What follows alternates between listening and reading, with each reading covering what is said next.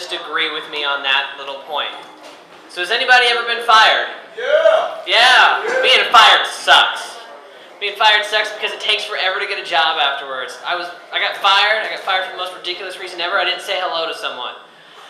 I'm not lying. I got fired for not saying hello to someone. Apparently I was the worst person in the world not to say hello to. Anyway, I was unemployed for 6 months. At that point, since you're putting in applications every day, I got so sick of applications, I started taking 2 pens, a black one to fill out the application, and a red one to critique it. You don't need to put sex. Put male-female boxes. You don't need to put that many references. At that point, someone has a resume. I didn't get those jobs. This explains why the next job I got was an online application. Started working at a hotel. That was nice. They sold Vera Bradley bags, which is really weird after you get used to that, because I'd be walking down the street and go, oh my god, is that a 2007 Raspberry Fizz Super Toe? That is fabulous. What the hell? It was a crew of 16 people. I was 16, the other 15 were women. That was awkward, considering I had to wear a blouse for the first month and a half. They didn't even have uniforms for men. After a month and a half, I looked at my supervisor and was like, is there any way I could get a male shirt? Oh yeah, they said you could wear ballet shirts. Well, when did they say that? About 2 days after you started. You utter bitch. I had 3 supervisors. There was Charlene. Charlene was great. I had Seth. Seth was great. And then there was Kathy. Kathy's that bitch of a supervisor that everybody's had at least once. She'd come into the store, she'd be like, hey Josh, why don't you go fold those t-shirts? We sold clothing, that made sense. And then she'd go, that seems like a man's job. I was like, Kathy, thank you for making this sexual harassment suit so much smoother. After about 3 days of that, she came in, Josh, why don't you ring up those, organize those wires over there? That seems like a man's job. I looked around, I was like, Kathy, why don't you go make me a sandwich? That seems like a woman's job. In a crew of 15 women, that is the wrong thing to say. So now I work at Radio Shack. I get to recognize phones now, which is way more manly. I get to walk past somebody and go, that's a BlackBerry Curve 8300, which is way better than Raspberry Fizz 2007 Super Toad. But a lot of the funniest things in my life have happened because of my job. I had a job at a gas station once. That is like I have a very low expectation of a job because of this. I've had people say, man, I hate this job. I'm like, this job's not too bad. I've had people at Radio Shack be like, I hate this job. I was like, I actually like this job. Go work at a gas station. You will get the dumbest motherfucking people on the face of the planet, because everyone goes to a gas station. Yeah, you'll get the highs, you'll get the lows. You will learn that the reason that an F starts at 59% is because most people are 60% people.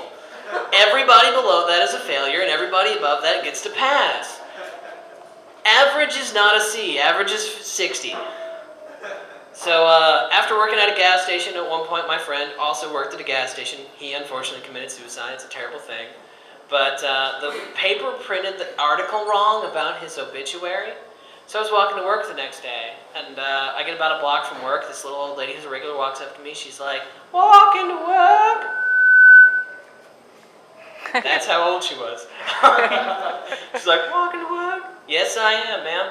How are you today? Oh, just fine. Now I have to ask, are you the young man that died at the Circle A Food Mart? I couldn't help myself. I looked at her. I was like, yes, ma'am, I am. And they made me come to work anyway. The damnedest thing. She looks me straight in the face. She goes, you poor dear.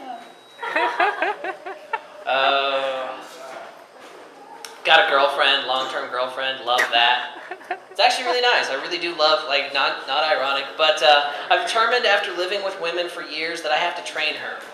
Not so much her. She's mostly okay. But about halfway into our relationship, we've been dating for about a year, she turns to me and she says, honey, what are you thinking about? And it's 1 in the morning and I'm like, honey, you don't want to know. I'm tired. You just don't want to know. She's like, no, go ahead and tell me. I'm like, okay. I'm thinking about an age where all the signs in the mall are digital. And they're all hooked up to a wireless network. And I want to hack into the wireless network of all the signages of the entire mall, and I want to display a different image. And it's a seascape. And there's a whale swimming from sea sign to sea sign. You only think it's a whale. And as you zoom out, you notice that it's a whale shaped like a penis with wings. And as it gets to the end of the signage, it surges up onto the beach and comes on Chihuahua. That's what I was thinking about. She never has asked that question again. This is how I treat my girlfriend. It's a very important aspect. And like, how many guys in the room have ever failed a test without knowing about it? Yeah. Yeah, exactly. You fail a test, you don't know. I've determined a way to fix that, because you have to make her fail. Because a woman, everyone wants to be wanted. Everyone wants to be wanted. And the way you go about making a woman know she's wanted is to make sure that she has passed several tests. Now, since men don't ever test a woman, she's assuming that she's being tested just like she's testing you. And she's just passed every single one. I went on a date with him, check. I went on a date with him, check. He said nice things to me, check. He bought me drinks, check. Whereas if you, for one moment, make her think she failed one, she starts to reevaluate every other test she thinks she's passed. Because a man fails a test, and he gets, woman never fails a test, because men don't test their women. She showed up, we're fine. Exactly, he knows. So what you have to do is you have to take her to something subjective. And you have to take her to something subjective like an art museum. You get to the last 3 pieces, you look over at your girlfriend. How does this piece make you feel, honey? She'll say something. Doesn't even matter what she says. You don't even have to care. Never seen that piece of art before in your life. She says, oh, I love it. It's great. Something wrong, honey? No, I guess. And then just keep walking. Let her stew on that for about 2 days. She'll go, oh, I see how I just failed. Well, so show him how much he wants me. He'll know how much he wants me at the end of the evening. My girlfriend's shaking her head going, what the hell are you fucking talking about? I'm not talking about you, you're alright. But, I have to say that too. But, at that point, they start to reevaluate. The fundamental advantage that a man has in this situation is that everyone wants to be wanted, but a man lies to himself. And when a man lies to himself, when a man and a woman have a conversation, there are 3 conversations going on. The conversation that the woman hears, and that is, oh, well, he shook my hand and smiled. He must be a very nice guy. He's kind of cute. Then there's the conversation, the front part of the conversation that a man's brain has. The front part of a man's brain says, oh, she shook my hand and smiled at me and she's kind of cute. I think she might think I'm cute. End of the conversation for the front part of the brain. Back part of the brain just a slut. She wants me. Doesn't matter what she says for the rest of the night, as long as she's being nice to you, you're just thinking, bitch wants to fuck me. Oh man, this joke is dying. It worked well last night. You people suck. It's all your fault.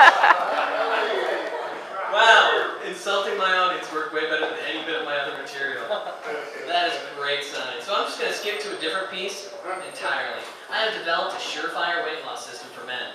It's called Fuck the Fat Off. Should be union in Nevada this weekend. We get several bits of high-grade hookers, prostitutes, I shouldn't say hookers, prostitutes. Teach them dietary nutrition. Start having sex with the men, and none of this like he gets to lie down and she does all the work bullshit. No, you got to do the work on this one. Then she eats meals with you, and this is where the program really comes into its own. Because she'll start saying things like, I love a man who knows portion control. Rice cakes, you naughty boy. After about 6 months of this, the guy hears the word salad he's got a heart on. He's not eating pork anymore. It's done. I'm so glad the bald dude in the back who runs this place is laughing. But, I think I'm going to go ahead and give it up to the next guy for the evening. You guys have been interesting, if not great, but sometimes great. But I think that's my fault, so I'm going to give it up.